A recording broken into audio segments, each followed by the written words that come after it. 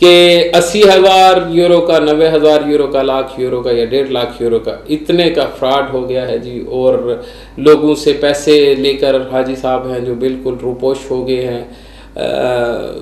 Amount थी जो उसकी समझ नहीं चाह रही थी कि आखिर हकीकत क्या है। इतना पैसा अगर हाजी साहब के पास आ गया है तो हाजी साहब कहाँ गायब हो गए हैं। यूनान में रहने वाला आदमी, क्योंकि एथेंस एक छोटा सा एरिया है और इसमें कोई भी रहने वाला आदमी पाकिस्तानी बरादरी से छुप कर तो रह नहीं सकता।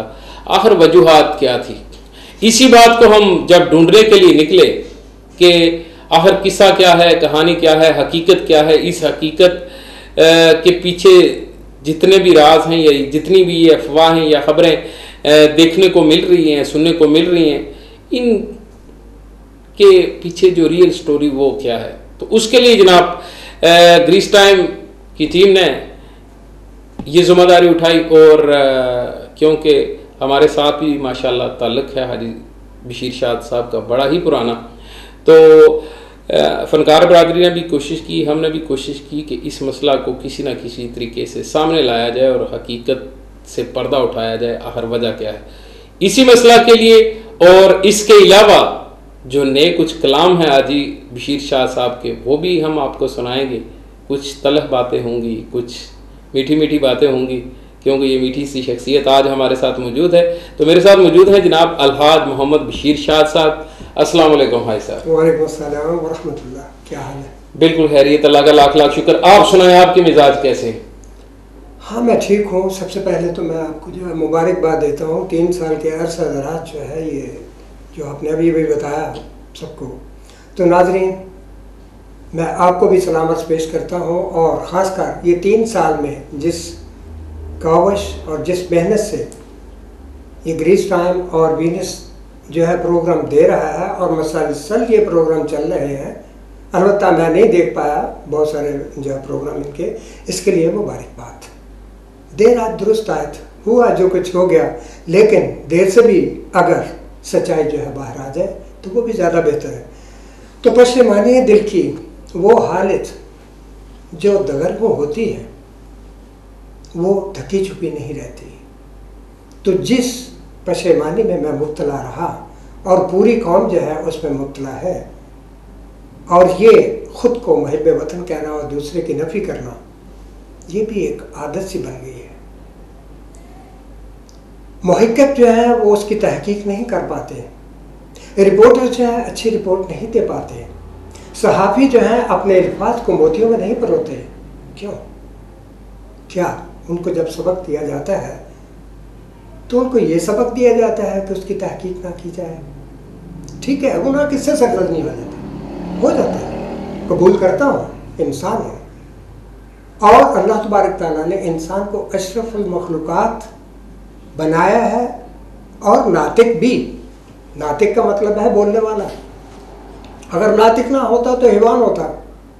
उसी नातिक के तरीक़ाकार को समझते हुए हम अपने मोती पर होते हैं और कोई किताबें जो है आपको देते हैं, और शायर भी अपनी हसासियत से उसी नातिक होने के नाते अपना जो है कलाम पेश करता है। वो हसास है, देखता है। हाँ, तो मैं कह रहा था कि अभी बात चल निकली थी कि 3 साल जो है ये मसाइल क्या थे।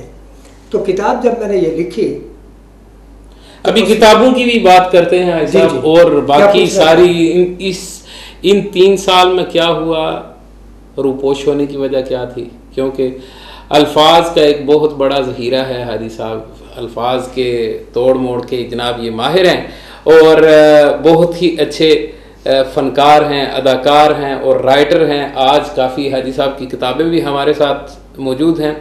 लेकिन ये जो हकीकत थी, इसके पीछे क्या वजूहात थी, कि क्या ऐसी मजबूरियाँ थी, क्या ऐसी परेशानियाँ थी, मुश्किलें थी, जिसकी वजह से हाजी साहब को पर्दा स्क्रीन से गायब होना पड़ा और ये इतना बड़ा स्कैंडल उठा और इतनी बड़ी अफवाहें उठती रहीं कि लगातार, जैसे मैंने आपको बताया कि इतनी बड़ी अमाउंट है जो वो लगातार खबर जो है वो गर्दिश में रही कि कैसे हो गया ये इंसान, इतना पैसा लेकर कहाँ छुप गया। तो ये कहाँ छुपे रहे, क्या हुआ, ये सारी बातें हम अभी करते हैं। लेकिन पहले लेते हैं एक ब्रेक और उसके बाद मज़ीद बातें करते हैं। जी, तो व्यूअर्स, वक्फा पर जाने से पहले जैसा कि बातचीत का सिलसिला चल रहा था हाजी साहब के साथ, तो अभी पूछते हैं, कुछ क्वेश्चन हैं हमारी तरफ से पूरी यूनान में बसने वाली इतनी बड़ी पाकिस्तानी बरादरी से कि आखिर ऐसी क्या वजूहात थी हाजी साहब कि आप अरसा 3 साल से 3-3.5 साल से पहले तो थोड़ी सी रोशनी डालिए कि ये जो स्कैंडल था लाइसेंस का जी जी ये कैसे वजूद में आया, इसमें कौन कौन से लोग इन्वॉल्व थे और अचानक आपके गायब होने की वजह क्या थी? तो सच्चाई जो है वो तो सामने आ जाती है, चाहे देर से आए और चाहे उसी वक्त आ जाए। तो अगर रुपोश होना चाहूँ भी तो फिर भी जो है इतने यहाँ शागिर्द हैं और इतनी आवाज़ें पीछे हैं जो कि मुझे गुमनाम वादियों से भी उठा के वापस ले आएंगे। वापस तो मुझे आना ही था, लेकिन एक खौफ जो है वो तारी होता है जब इंसान पे, तो उस खौफ से भागता है। बाज़ औक़ात अपने साय से भी भागता है। जी जी बिल्कुल। तो साय से भी डरता है। एक टेलीफोन कॉल आ जाए, आप सोचेंगे कि अल्लाह तबारक ताला से ज़्यादा लगाव होने की सूरत में इंसान अल्लाह तबारक ताला से डरे तो वो ज़्यादा बेहतर है मुसलमान होने के नाते। जी। लेकिन ये खौफ कैसा आ गया कि आप अपने भी साय से दूर भागते रहे। क्या हुआ ये कि बच्चे बहुत छोटे हैं। ठीक। उनके दिल पर, जो बेटियां आपकी? जी बेटियां 2 जो हैं बहुत छोटी हैं, उनके दिल पर अगर ये धब्बा जो है बढ़ता जाए और वो पाकिस्तानियों को देख के ये कहते कि डैडी वो पाकिस्तानी, तो उसके पीछे कुछ महरक़ात तो होंगे। अच्छा, बच्चों पर खौफ जो है इस वक्त ये तारी हुआ है कि पाकिस्तानी के नाम से भी वो खौफ खाने लगे। अच्छा, उसके पीछे कुछ महरक़ात होंगे। लेकिन महरक़ात होने से पहले जो था उस वक्त पाकिस्तानी कम्युनिटी स्कूल जो है वो चल रहा था और मैं पाकिस्तानी कम्युनिटी का प्रिंसिपल भी था। वहाँ मैंने 2 बच्चों को पढ़ाया। एक का नाम आरिफ था और एक का नाम मियाँ, पता नहीं क्या उसका नाम पूरा याद नहीं, लेकिन आरिफ एक बड़ा रेंदी वाले ये 2 बच्चे थे। ठीक है। तो 750 में उसमें कामयाब हुए वो बच्चे। मुझे जो कुछ करना था वो ये था कि भाई अगर 1 महीना आपने पढ़ना है तो मुझे फीस जो है 50 यूरो दे दें, अल्लाह खर्चला, बाकी आप जाने और आपका काम। ठीक। जहाँ आपने इम्तहान देना दे, जहाँ नहीं देना मत दें। लेकिन मुझसे अगर पढ़ना है तो 50 आपको देने होंगे।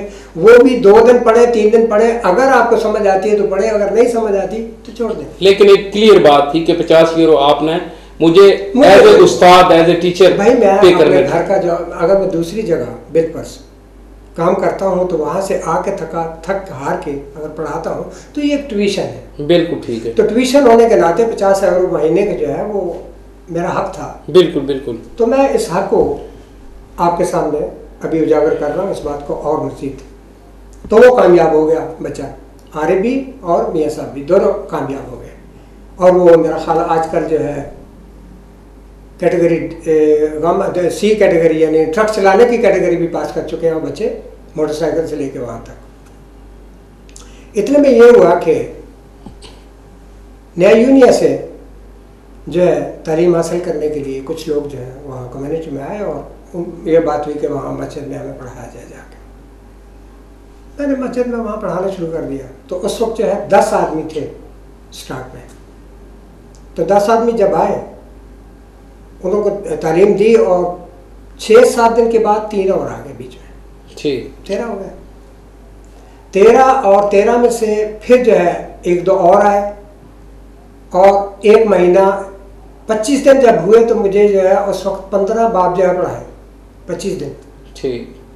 क्योंकि वो जब आते जाते थे नए तो उनको फिर सिरे से पढ़ाना पड़ता था एक। ठीक। दूसरा, इनके बरखुरदार जितने भी वहाँ मौजूद थे अल्हम्दुलिल्लाह अच्छे बच्चे थे, वहीं नमाज़ पढ़ते थे, वहीं सब कुछ होता था और पढ़ाई करने के बाद मैं घर आ जाता था। 25 दिन के बाद उन्होंने ये सोचा कि भाई मज़ीद हमें पढ़ाया जाए क्योंकि अभी बाप बाकी है। ठीक। मैंने कहा ठीक है भाई। तो जब बाप बाकी रहे तो पढ़ाना शुरू किया। तो बीच में कुछ अनासर ऐसे भी थे जिन्होंने ये सवाल उठाया कि आप इसको उर्दू में क्यों नहीं कराते। ठीक। मैंने कहा जी उर्दू में पढ़ा रहा हूँ ज़रूर, लेकिन इसको उर्दू में मैं नहीं करा सकता ठीक। इसको अगर उर्दू में करा सकते हैं तो हम वैसी वाले करा सकते हैं।